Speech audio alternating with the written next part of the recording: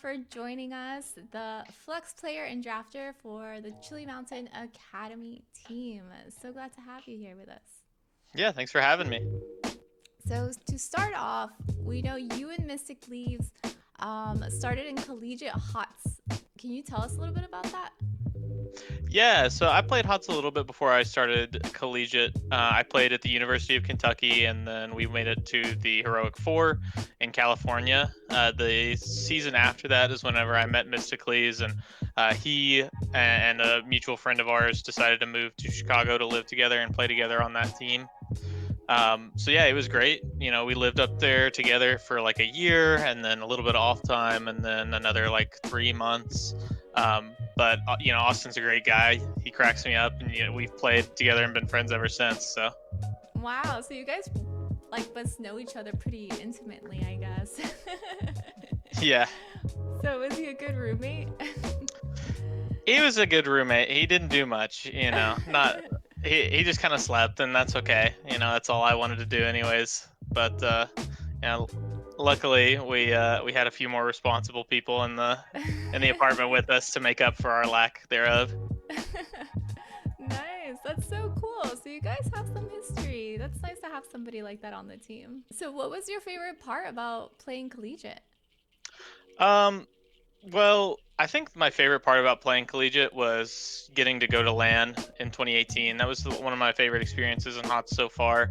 Even though I did go to the Heroic Four and lose, it was still awesome to get flown out to California as somebody who's from, the backwaters of Kentucky, to get to go and see what civilization looks like a little bit was pretty nice. Um, yeah, also in the latter half of 2018 and whenever right before HOTS had the terrible thing that happened to it, we were far and away the best collegiate team. So we were just kind of rolling through TESPA Collegiate Series. I think we played off rolls every game just for fun. So I had a lot of fun playing with those guys, and I would do it again for sure if it came back. That's awesome. That sounds like a lot of fun. Um, so following your participation in the collegiate HGC going down in 2018, you stayed. What made you stay? Yeah, I decided to keep playing Heroes of the Storm at least for a little bit after HGC died, just because there was not much else to do.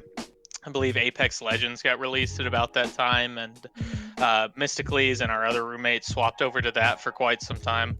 But then they ended up coming back to Heroes of the Storm and playing with me. That's actually where we met another one of our team members, BKB.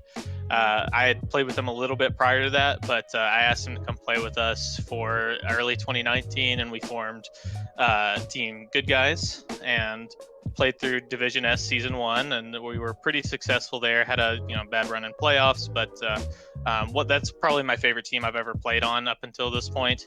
A lot of fun guys, a lot of known names are on there. Unaverted, Legacy, a lot of Mm-hmm. people that are playing in CCL right now. Oh, very cool. So you mentioned Apex Legends, and I'm more of an FPS girl myself. So I have to ask, who did you main in Apex?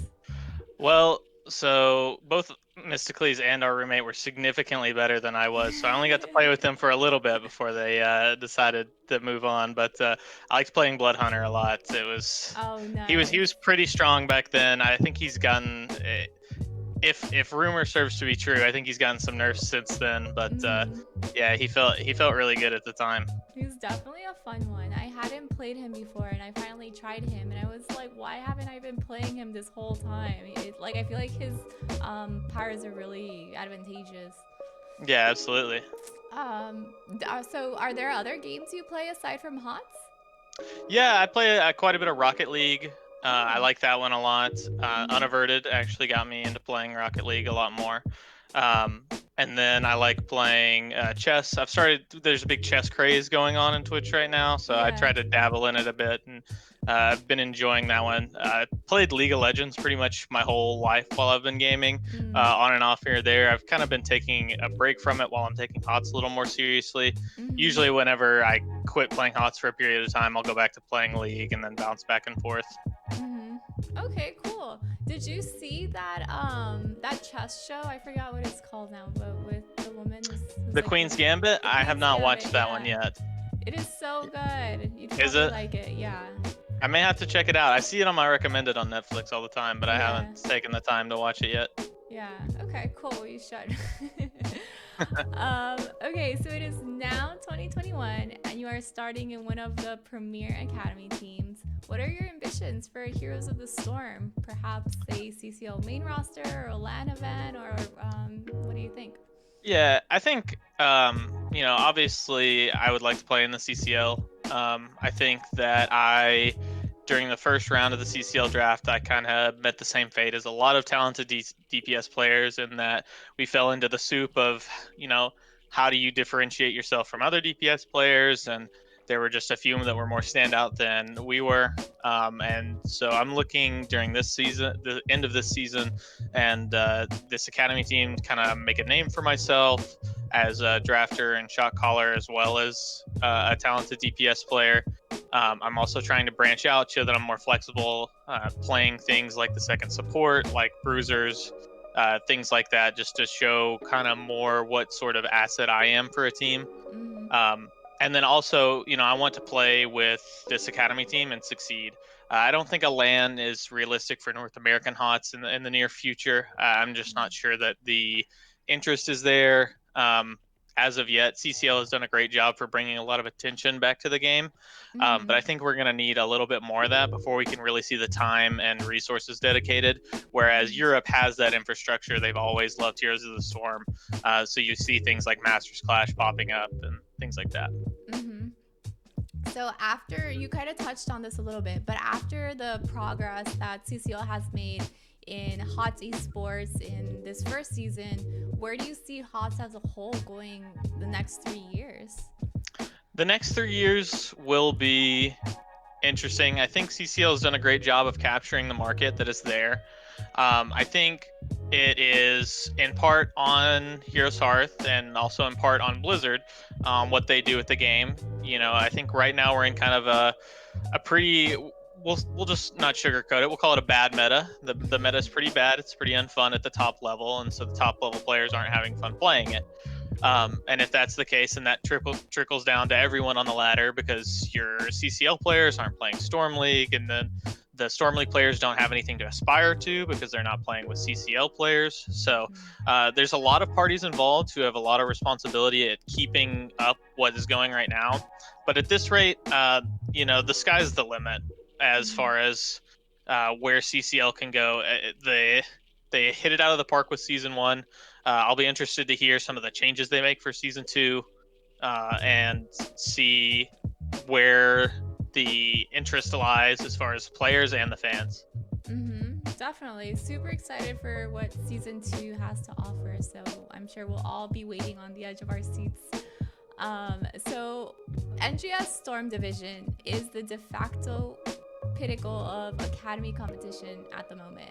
Has a team emerged as your biggest obstacle to winning that event yet? I know you guys qualified pretty quickly. Yeah, so I actually played an NGS Storm Division last season with a team called Velocity. It was myself, Mysticleez, Notori, Caesar Salad, and Jachuggy.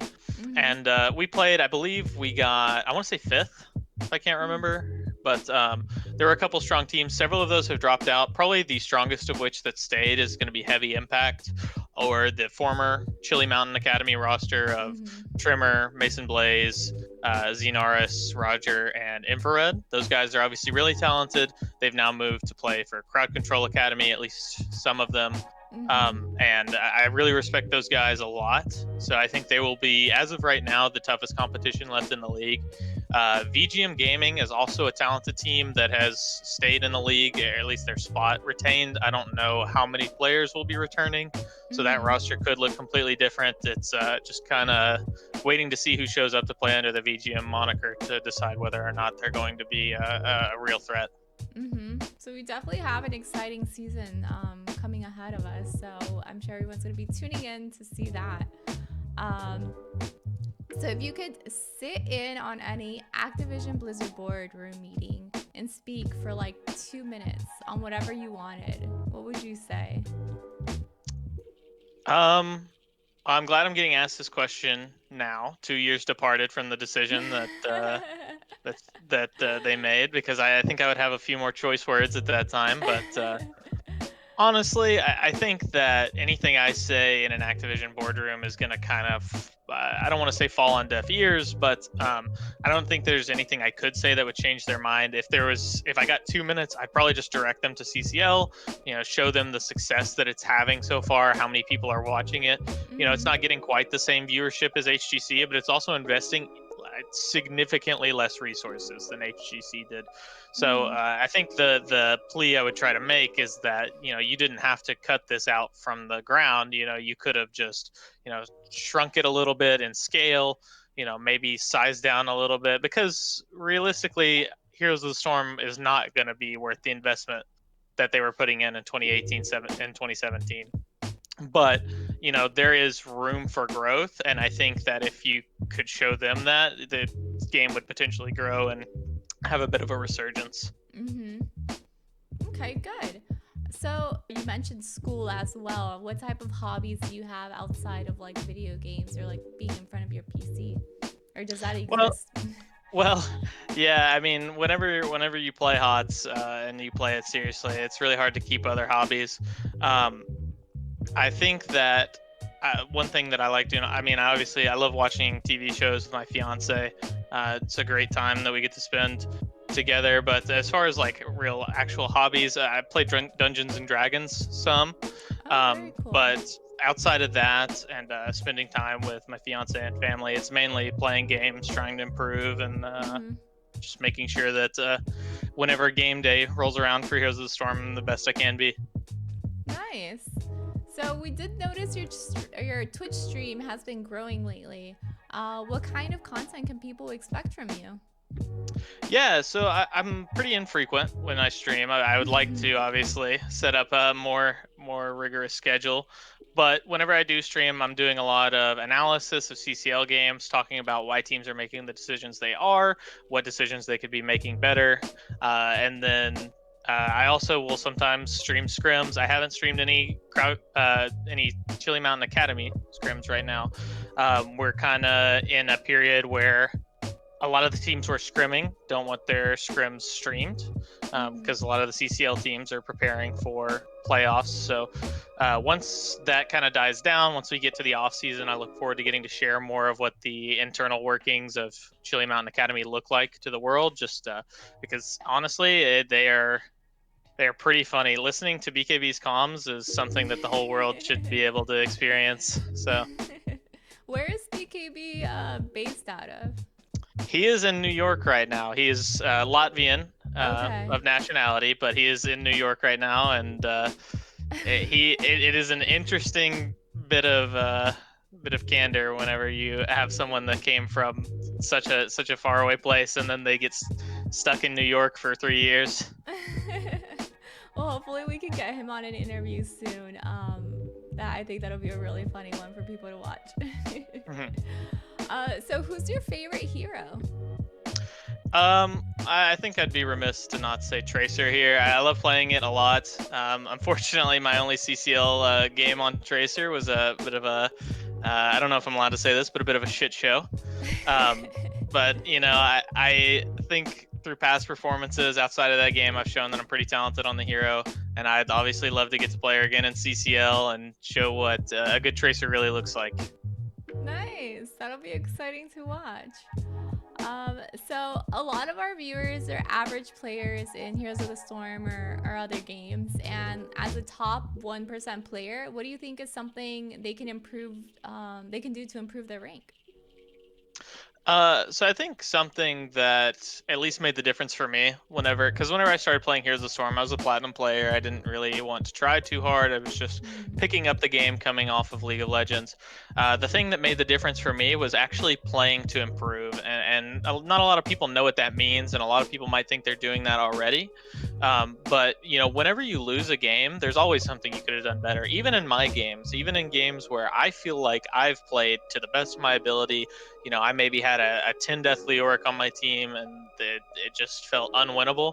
There's always something you could do better. And the biggest thing you can do is find those moments, make a note of it, and then try to actively improve that. So, for example, if I'm playing a Tracer game and I miss a bomb that costs us a fight, if I miss a bomb on their support and I cause us to lose a fight because of that, I may go into try mode and just try blinking around, hitting the AI with bombs like 15 times in a row before I play another game.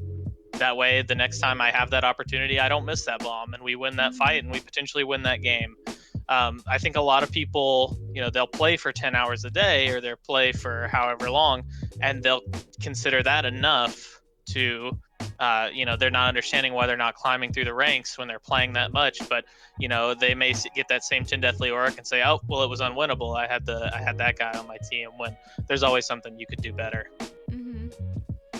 Awesome, very good. So thank you so much, Noah, for joining us today. I'm sure everyone's gonna really enjoy this interview and getting to know you a little better. So make sure you guys are watching. Don't forget to like and subscribe if you're enjoying the Chili Mountain content, and be notified when we release our next player interview.